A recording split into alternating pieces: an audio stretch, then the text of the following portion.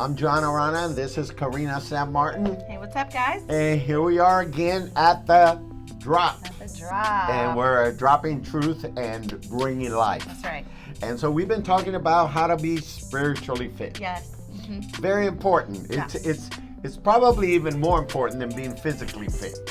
Yeah. You know, but obviously they're both important. But you know, there's certain disciplines that you have to practice, or certain practices to be physically fit. Mm-hmm. Well, the same thing spiritually. There's Right. certain practices that help you have a sharp, healthy spiritual life. And so we've been talking about that. Yeah. And today we're going to talk about a very interesting subject. Yeah, this one is very interesting. Yeah. Especially for this culture in which we live in, which is the discipline of solitude. Yes. Oh, man. Whenever I like when you first sent me this content to kind of look over and talk about, like, I just automatically pictured the monks, you know, right. And I was like, oh, that's what a lot of people. Okay, you know, and there's a very, to me, there's a very intriguing peacefulness about some of their practices, you know, and so I was like, that's exact. I just pictured a monk, and I was like, okay, that's where we're going.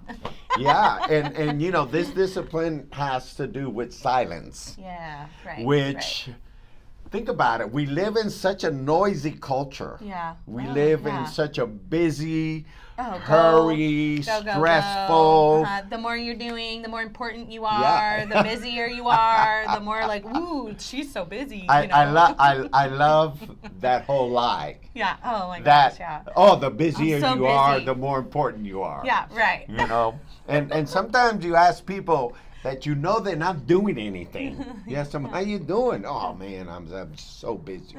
I'm so busy. Just a lot of stuff going on, and you're thinking like, wow. But it's so noisy out there, and it's just so much busyness. Right. And it's almost like we don't really have much time for solitude in our culture. Right. And think about it. Sometimes the only time we're quiet is when we go to bed to sleep. Yeah. And I think it's just something that is not, it's not valued unless you make it a value, you know, but I think that it's something that's really, really needed.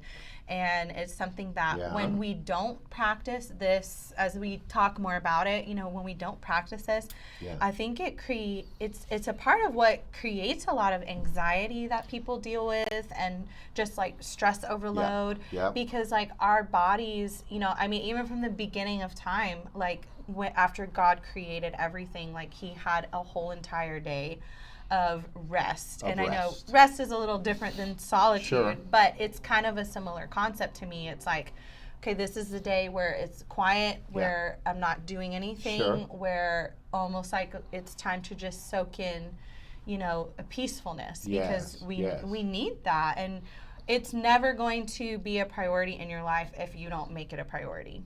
And there's a difference between being alone and having solitude, practicing solitude. Yeah. You know, you could be alone and be busy with social media. It's and true. busy on the phone. It's true. And busy. Or be alone cleaning the house, which I find myself doing a lot. It's definitely not the practice of solitude. So, you know, Richard Foster, who is a great pioneer of these discipline, he said loneliness is inner emptiness. Yeah, true. But solitude is inner fulfillment. That's really good. And it's interesting because, you know, Jesus practiced solitude. Yeah. There were many times that he would alone. tell the disciples, I'm sorry, but I got to spend some time, you know, quiet. And so he would get away, and he would, we know from the text, he would get away to talk to the Father and hear the voice of his Heavenly Father.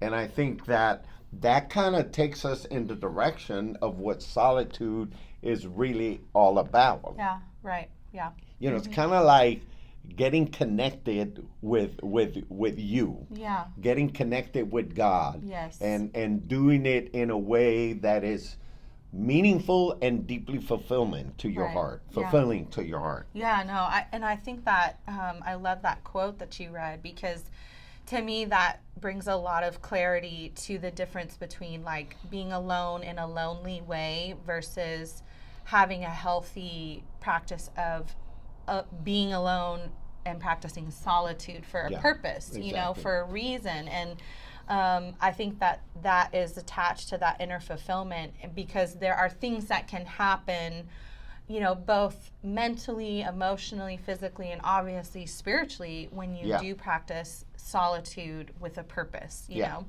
And I think we'll, you know, kind of talk more about that, but I think it is important to have a purpose to it, or else you kind of are just like, what am I doing here?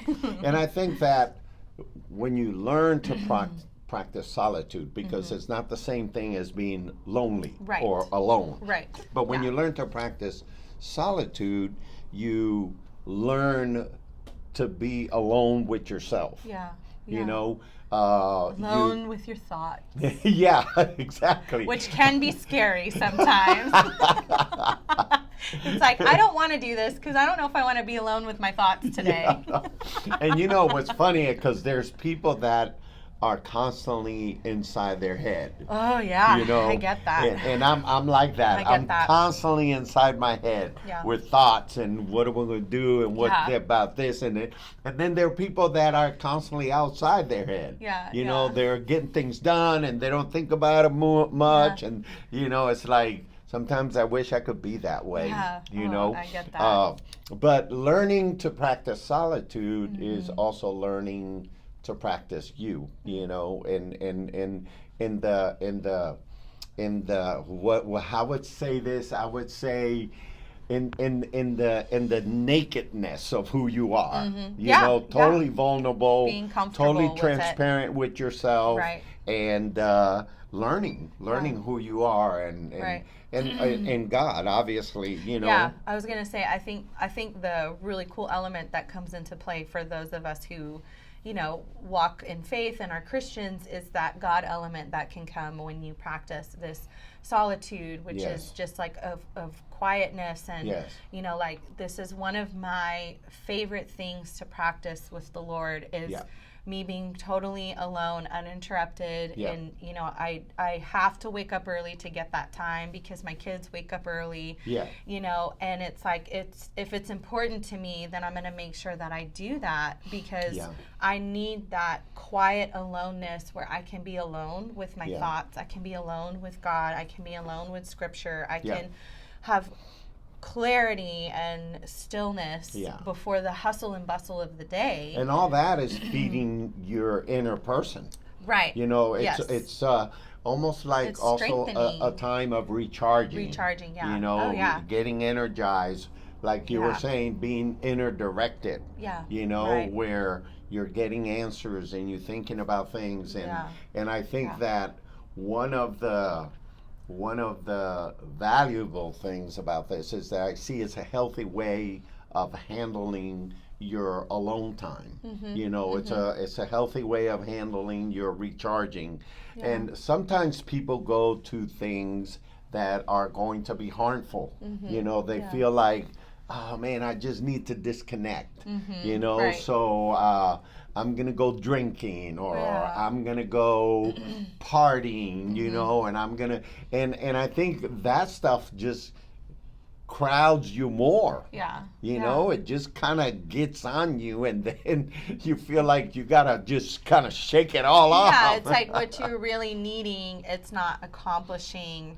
Because what you're really needing is that, you know, time to reflect, or just to have peace even sometimes. You know, like, and I notice for me if I go like a couple days in a row without having any solitude or practicing any of that time where I can, number one, like clear my thoughts. Centered. Number two, get yourself all centered. Hear the Lord's voice. Like I begin to like unravel in certain areas. And it usually is my emotions. Oh, of course. You know, that my emotions just like start getting too much for myself, you know, to handle. And so it's something that is so good and is so beneficial to actually do on a regular basis. It's so funny because I know people that have a hard time practicing solitude. Yeah.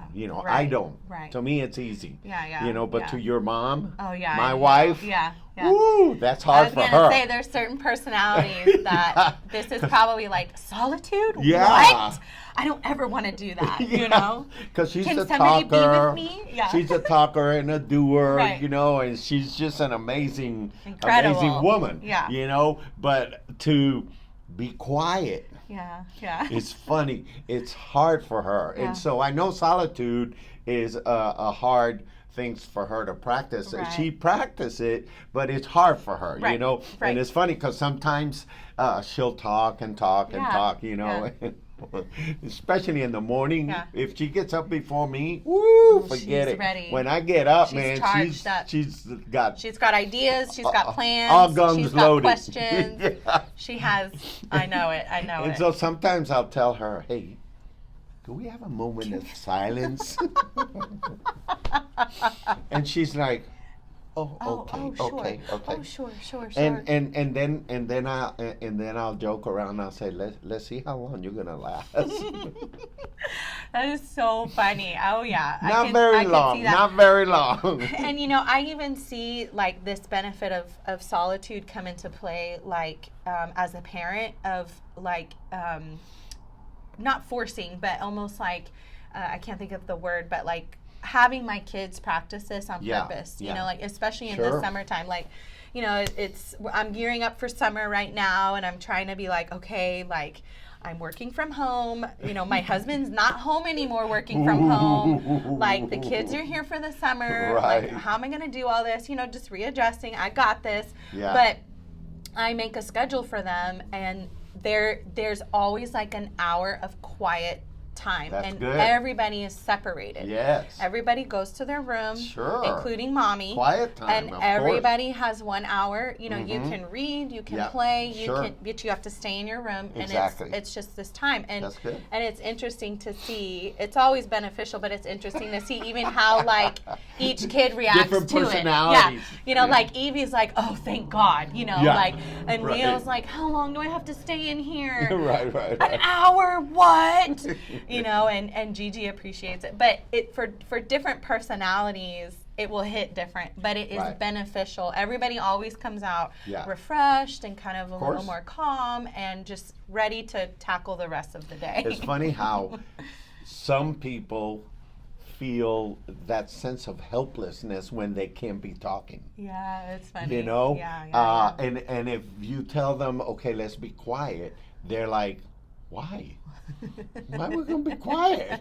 Yeah, right. I mean, it's like you're asking me to do nothing, Yeah, why? What's the point of that? Because it's almost like talking makes them feel like something's happening. I'm in control, something's going on. Or it could even just energize them. I think that talking, like Leo's definitely like that. Talking energizes him. Like sometimes, like when I'm cooking dinner in the kitchen, like I'm cooking and he's just talking. He's talking, and I lose track of what he's talking about. I'm surprised he talks so much. I have no idea like what he's talking about, but he's like, I'm like, he's literally still talking, but so I think even for those type of personalities, it's even more important. Very. Because it's something that forces you to stop and just breathe and hear, your own voice, hear the voice of God. Yeah, that's good. Like no matter what your personality type, like this is something that is super beneficial because I think it also draws a lot out of you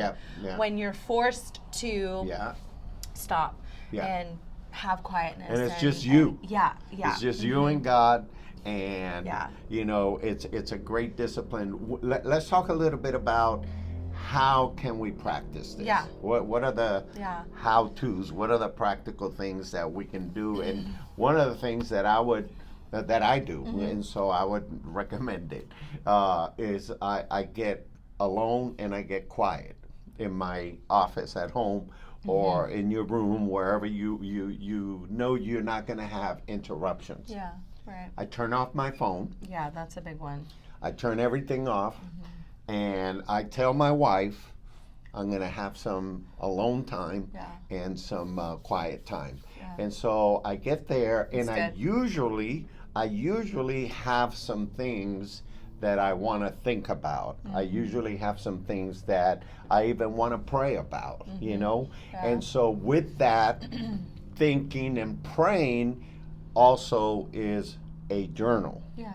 And so I kind of, you know, pray, and then I'm hoping that I'm going to hear something, have some thoughts, and I write them down, and it makes my solitude time, you know, fulfilling for me, because it accomplishes some things for me. Yeah. You know. Yeah, I think I agree with that one for sure. Like making that intentional time. Yeah. And setting that time aside, however that works, you know, for your life and your schedule. But you have to be intentional with that time. It's not going to just pop up out of nowhere and be like, oh, you know, it might like every blue moon. You know what I'm saying? So you have to make that intentional. And I think another way you can practice this is even just like on a practical side, like again, depending on your life and your flow and what stage you're in, you know, like I know for me, on top of having that alone time with God,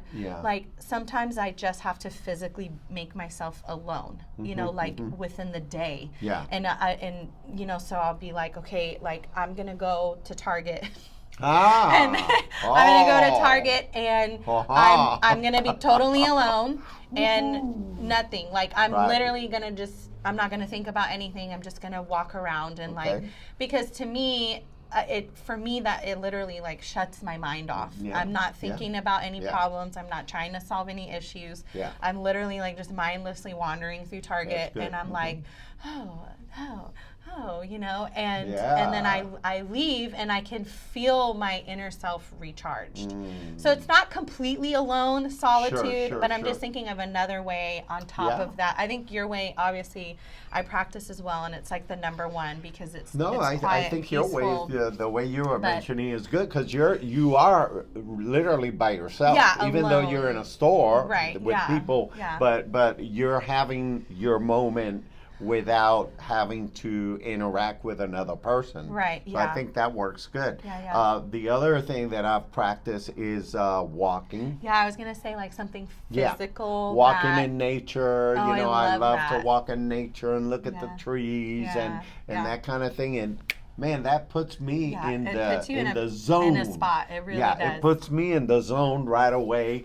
And I start looking at the trees and the beautiful nature around me, and it just kind of connects me right away. You know, it kind of gives me that sense of fulfillment. So that's another way in which you know, I practice solitude. I think another way is like learning to embrace the more abstract times of solitude, like, and what I mean by that is like, you know, sometimes like I know I've been in seasons where like a lot of my close friends are like just busy, you know, like just life. And so it puts me in a place where I'm like, I almost feel like alone. You know, not like in a bad way, but like, oh, everyone's got a lot of stuff going on. So, you know, my best friend isn't as available, and this person's not as available, which is totally fine. That's life. But so I've learned to embrace those times a little better, because it's almost like, you know, it's like this emotional solitude forced upon me, but where I can say, okay, how can I dig a little deeper with myself? You know, what can I do to bring more self-fulfillment? You know, or how can I dig a little deeper with my kids who are always present, you know, or my husband. Except from 7:30 to 3. Right, you know.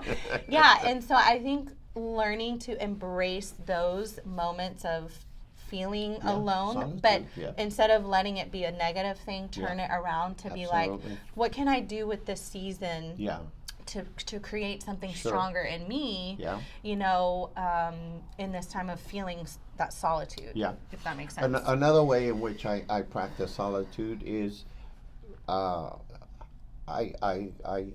spend some time reading, you know, reading either the Bible or reading a good positive book or a book that's going to make me think about, issues that I want either answer or expand on. Yeah. So just quiet time, reading and reflecting on what you're reading is just another way to practice, solitude. So, so we hope that some of these have encouraged you, because let me tell you something. It is my opinion that it's very difficult to be a healthy person without practicing some solitude. Yeah, I agree with that. Because you could be running and running and running and running, and then you wake up one day and you don't even know who you are. Yeah, no, it's true. You might be pursuing things that are not your deepest passion or your deepest interest. And that's why I think it's important to practice solitude in order to just expand your heart, get yourself connected to God and to who you are, get some answers in life. And I think it's a great discipline practice to be able to enhance your life. I think another thing, as we just kind of wrap up today with this episode, another thing that I find with that solitude is that it really does cause you, or it can cause you, to dig deeper within yourself. I was thinking, like, just practically in a funny thing, I was like, when I'm alone at home, and if there's something I want done, like just, like I remember I was putting up this shelf in our new house, and Serge wasn't there, and I was trying to put it up, and it was like kind of big, and I was like, I really want to get this put up, The one in the living room? And so, well, there's that one, and then there was I did have to have him help me with that one. Oh, that was But big there one. was one in Evie's room that was a little smaller, but I was like trying to put it up, and it was just, I was struggling. But then I was like, I'm going to do this. Yeah. And so I was alone. So I've just figured it out, and I put the shelf on my head, and I was like leaning up against the wall, and I like had the screwdriver, and I was like, if I could just get the middle bracket in, then I can kind of, fix the sides. Hey, you got it, man. You got it. So I was like literally like, the example is like sometimes when you're alone and something needs to be handled or done, it shows you like, I can dig a little deeper resources here. That you have. I can figure this out. And so I think that's one of the benefits also that comes from this practice is like showing yourself the strength that you have. And obviously those of us, the Christians, like we have that God inner strength that sometimes we don't tap into that strength that God gives us until we're put in that position of like feeling that solitude. Exactly. So I think that's a good And I think those are the moments where I have experienced most of my deepest insights. Oh, yeah. And it's been in solitude, and I think there's definitely a powerful thing about it. So we just hope that it's encouraged you practice solitude. Take some time to practice it. Take some time, be intentional about it, and I think you're going to see the results. You're going to see the difference. You can tell your spouse this week, I'm going to go practice some solitude right now. I'll be about 30 minutes in solitude. No TV, no radio, no phone. So I need you to keep the kids out of the room. Hey, that could work. That could work. But anyhow, thank you for being here at The Drop, and we hope to see you at the next episode. Share it with somebody. Let somebody know this is very, very powerful stuff to practice. So God bless you. We'll see you next time. See you guys next week.